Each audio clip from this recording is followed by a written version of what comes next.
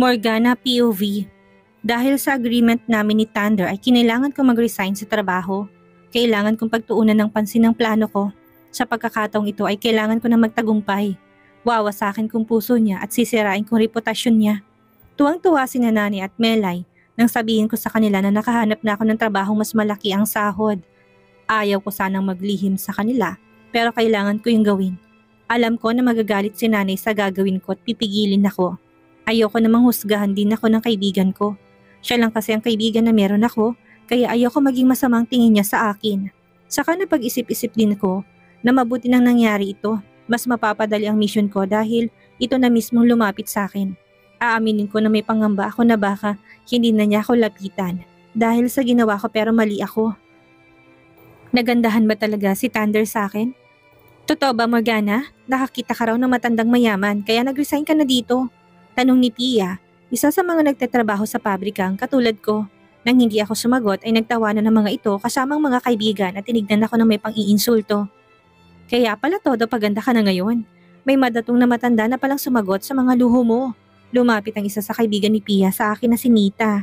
Hinawakan itong buhok ko na tuwid na at tumatawang kinutya ako. Tingnan niyo, nagpareban pa siya. Akala yata'y misasalba siya sa kahirapan ng matandang kinapitan. Iiwan din naman siya sa ere niyan kapag nagsawa sa kanya. Natigagal ang lahat ng malakas ko itinulak si Nita. Sa lakas ng pagkatulak ko hindi kagad doon nakatayo. Matagal na ako nagtitimpi sa grupo nila. Wala na itong ginawa ko hindi ipahiya at isiraan ako. Malakas si Pia sa amo namin dahil may lihim na relasyon ng dalawa kaya hindi ko ito pinapatulan. Hindi ako pwedeng mawala ng trabaho dahil kailangan ko matustusan ang pangangailangan namin ni Nanay. Pero ngayong aalis na ngayon sa lugar na ito. Kaya bakit hindi ko ipapatikim ditong mapahiya? Humabang ka na ah? Galit na lumapit si Pia at sisabunutan sana ako. Pero napahinto ito na makita na lilisik ang mga mata ko dito ngayon. Ha? Nakakita ka lang ng matandang mayaman ay naging mayabang at mapagmataas ka na? Hindi ka dapat magmalaki sa amin dahil marumi ka. At katawan mo naman ang puhunan mo para umangat. Nakaagaw pansin ang eksena sa pagitan namin ni Pia. Kaya ang karamihan sa mga nagtatrabaho sa pabrika ay nagsilapit para makiasyoso niya. Katulad ni Pia, karamihan dito may mapangungutyang nakatingin sa akin. Ang mga kalalakihan ay nagawa naman akong tingnan na may kabastusan at paghanga. Hapit na hapit kasi sa katawan kong suot ko na blouse kaya kitang magandang hubog nito. Nakaayos din ako ngayon, hindi katulad noon na nakatagong ganda ko. Nakita mo na, Morgana, lahat sila dito ay gusto kang tikman. Tukoy ng babae sa mga lalaking kapwa manggagawa. Total ay pumatol ka naman sa matanda, bakit hindi mo sila pagbigyan? Napasinghap ang lahat ng malakas ko tong suntukin sa mukha. Lahat ng galit at pagtitimping inipon ko sa loob ng mahabang panahon ay binuhos ko ngayon. Ang ngipin ko! Tarantang wika ni Piyang makitang natanggal ng isang ngipin nito sa harap. Walang ampat din ang pagdugo ng sugat nito sa labi. Ang kapal ng mukha mo na akusahan ako ng marumi. Hindi ba't ikaw itong kumabit sa boss natin kahit na alam mong pamilyado siyang tao? Kung may marumi sa ating dalawa, ikaw yun, Pia. Hindi ka lang makati at marumi. Sumira ka pa ng pamilya. Kung kanina ay ako ang tinitingnan na may pangungutya at pandidiri, ngayon ay si Pia na. Hindi yan totoo. Hindi ka lang marumi. Sinungaling ka pa. Wala sana kung balak na ilabas ang sekreto mo pero punong-puno na ako sa'yo. Masyado ka nagmamalinis, ikong pabahukan lang din naman ang usapan ay panalong-panalo ka dahil umaalingasaw ang amoy mo. Unang araw pala nang pumasok ko dito noon ay napansin ko na mabigat ang dugo sa akin ni Pia at Nita. Ang dalawang ito ang dahilan kung bakit masamang tingin sa akin ng karamihan dito. Naniwalang mga ito sa mga paninira ng dalawa sa akin. Walang hiya, ikaw palang kabit ng asawa ko. Nagulantang kaming lahat nang makitang asawa ng amo naming lalaki na narinig ang mga sinabi ko. Sorry po ma'am, aray, bitawan mo ko, tulong! Hingi na tulong ni Pia nang hilahin ang buhok nito ng asawa ng boss naming lalaki. Maging si Nita ay walang nagawa para pigilan ito. Hindi ko ginustong malaman ng asawa ng amo naming lalaki ang relasyon ng asawa nito at ni Pia. Pero mabuti na rin siguro ang nangyari. Karama nila itong dalawa. Oo, alam ko na anak ako sa labas pero hindi ako nagalit sa nanay ko. Sa katunayan, pinagmamalaki ko siya dahil nagawa niyang hiwalayan ang ama ko na namalaman niyang may pamilya na ito. Naging biktima lang si nanay ng lalaking katulad ng ama ko na sinungaling at manloloko. Nakahinga ako ng maluwag. Sa wakas ay nakaalis na rin ako sa lugar kung saan puro toxic ang mga tao. Malaking ginhawa to para sa akin. Hindi ko na kinailangang makisama at magtiis. Ano? Titira tayo sa isang bahay sa loob ng 3 buwan? Hindi makapaniwalang tanong ko kay Thunder. Narito kami ngayon sa isang restaurant at pinag-uusapan ng tungkol sa agreement naming dalawa.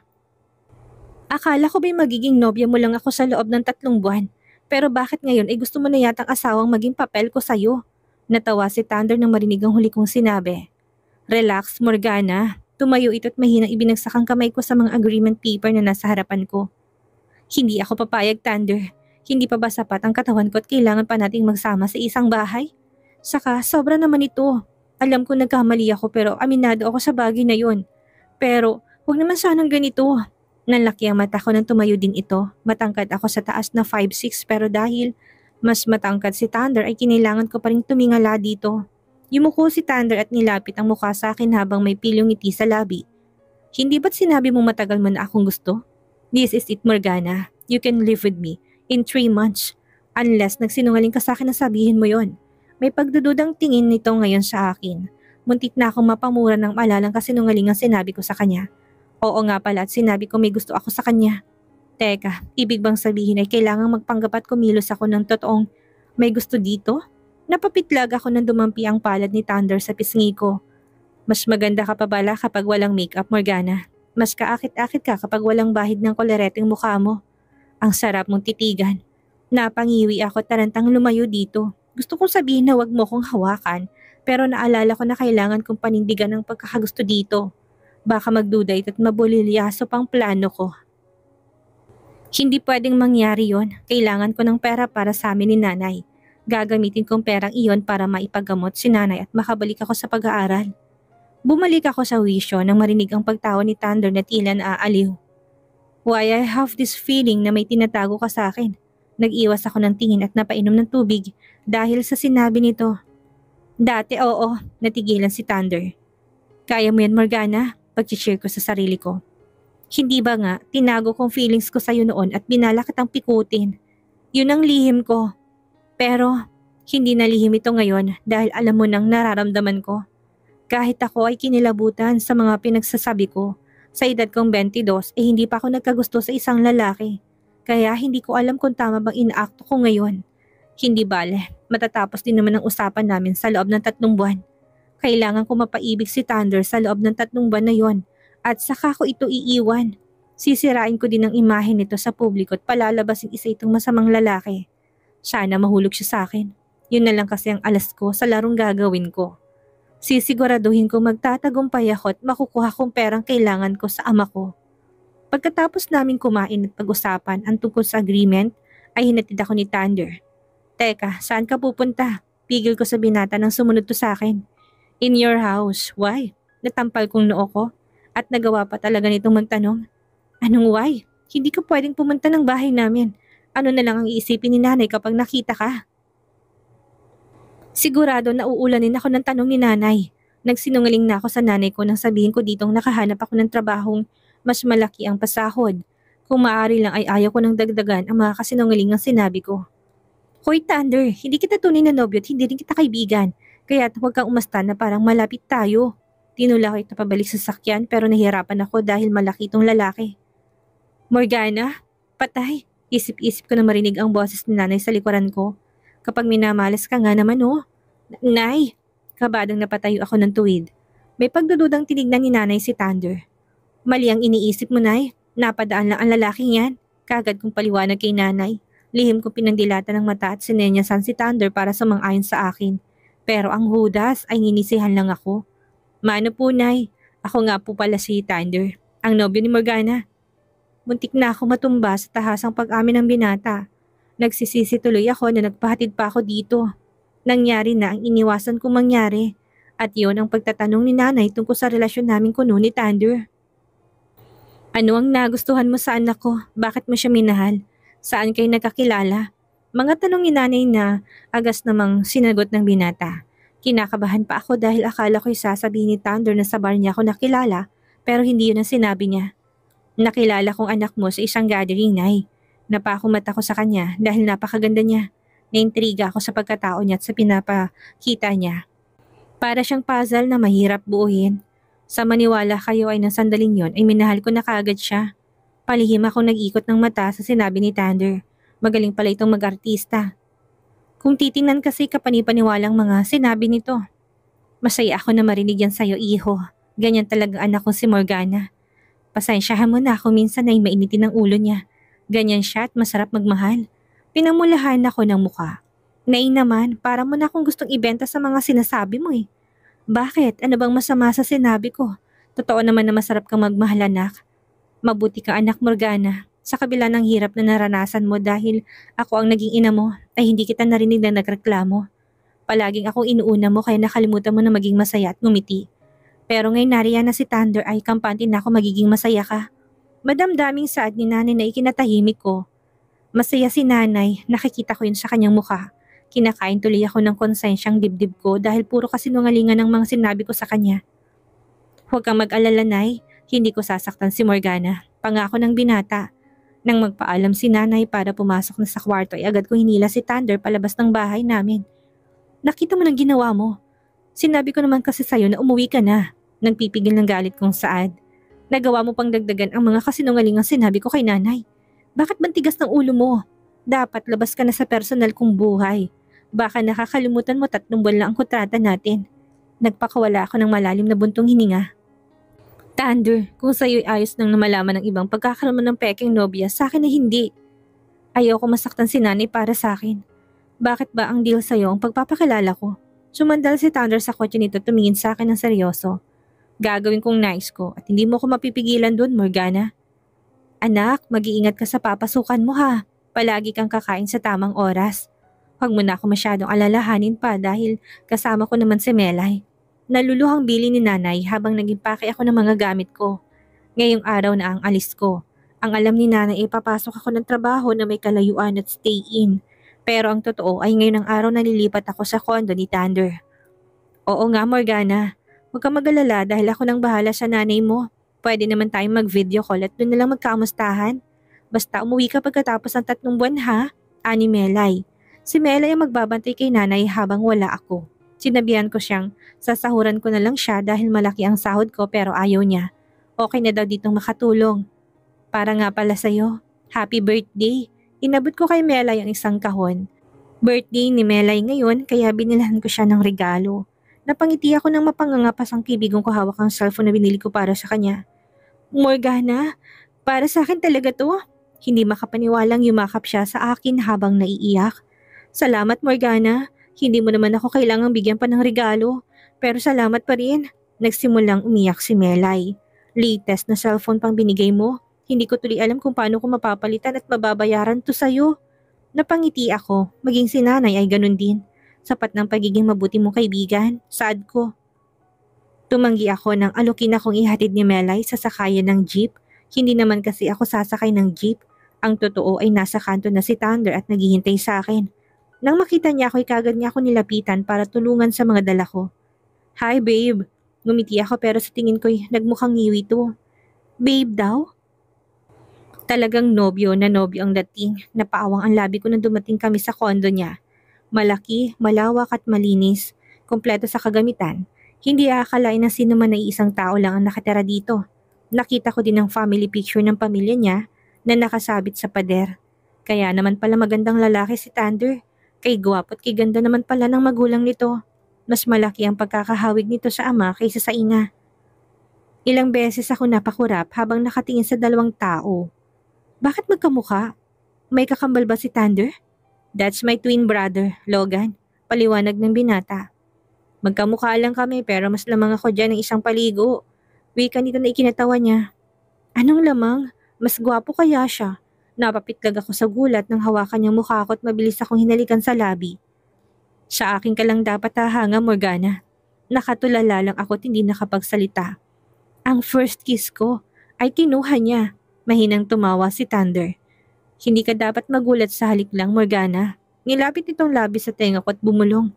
Ramdam na ramdam kong mainit niyang hininga. Higit pa sa halik ang gagawin natin sa susunod. Kaya maghanda ka dahil simula pa lang ito. Sa isang iglap lamang ay nakaupo na si Thunder habang nakaupo naman ako sa kandungan niya. Ramdam kong matigas na bagay na sa pagitan ng kanyang hita. Sa totoo lang ay hiyang-hiya ako sa posisyon naming dalawa. Hindi ko magawang magsalita o umulaw. Wala na talagang atrasan to. Sa ayaw at sa gusto ko ay mangyayari ang dapat mangyari. Pumikit ako nang marinig ang malakas na halakhak ni Thunder. Nang tingnan ko siya ay pulang-pulang mukha nito dahil sa labis na pagtawa. Teka, anong nakakatawa? Breathe, babe. You don't have to be afraid because for now I won't touch you. Tumiim ang mga mata ng binata. But if you want, I would gladly touch you here and now. Just say it and I'll make it happen. Sa tiim ng kanyang tingin ay napalunok ako. Kung tumingin kasi ito'y parang tinutunaw ako. Laking gulat ko dahil magkahiwalay pala kami ng kwartong tutulugan. Pero aaminin ko na nakahinga ako ng maluwag dahil ibig sabihin na hindi ako mabibigla sa setup naming dalawa. Nakakapanibagong lahat ng ito sa akin. Daig ko pa kasi ang nag-asawa. Lumipas ang isang linggo at naging maganda naman ang sitwasyon ko dito sa condo ni Thunder. Medyo nasasanay na rin ako nakasama siya at hindi na rin ako naiilang. Hindi katulad noong una.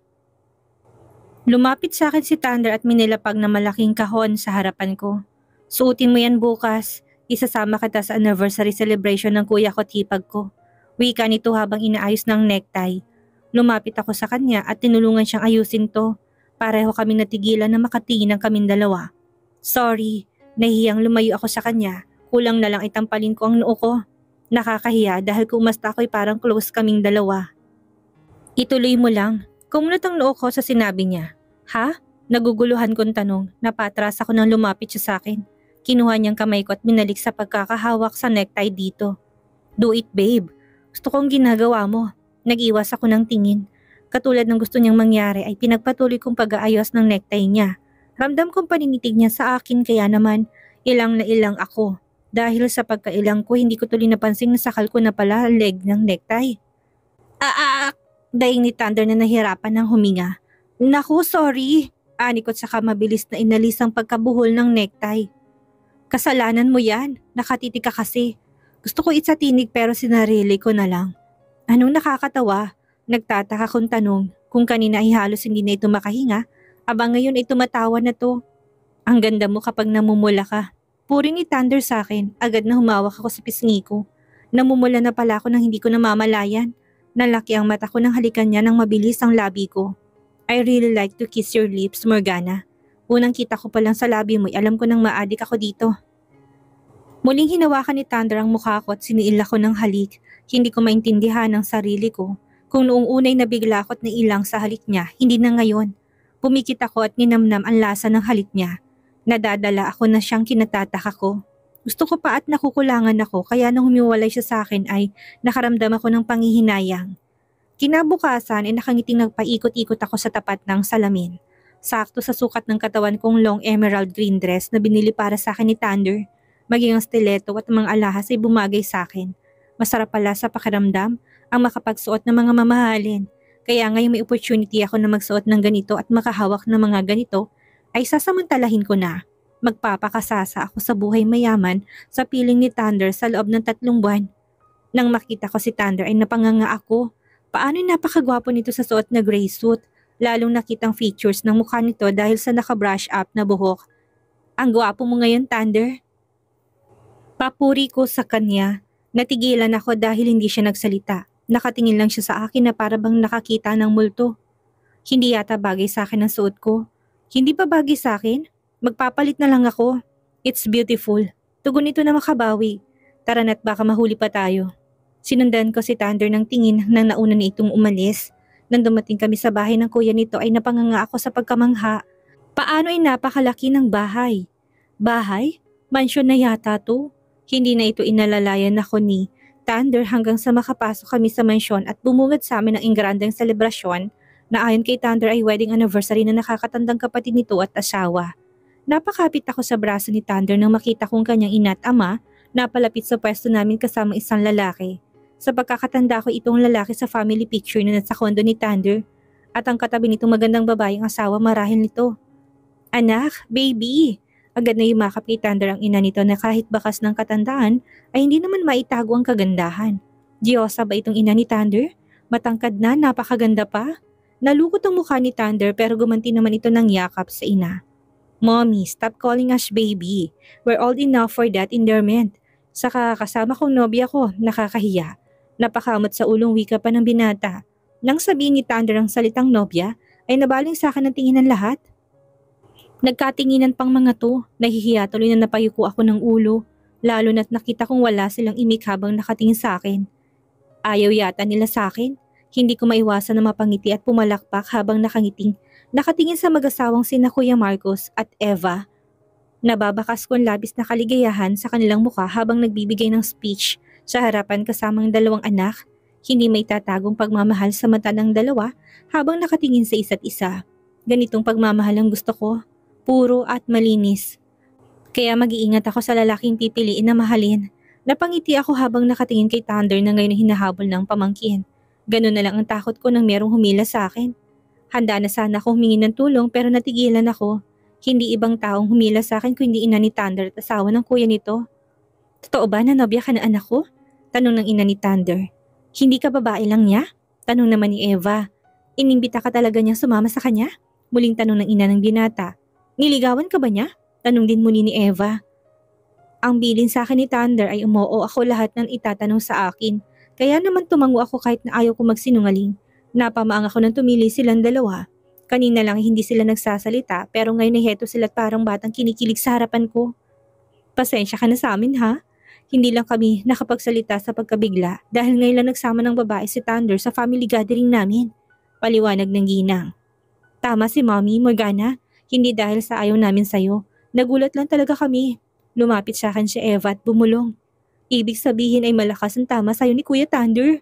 Nakagat kong labi ko. Nakikita ko na natutuwa talaga sila sa sinabi ko.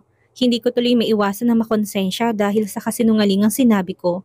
Kung alam lang ng mga ito na 3 buwan lang akong nobya ni Thunder, magiging mabait pa kaya sila sa akin?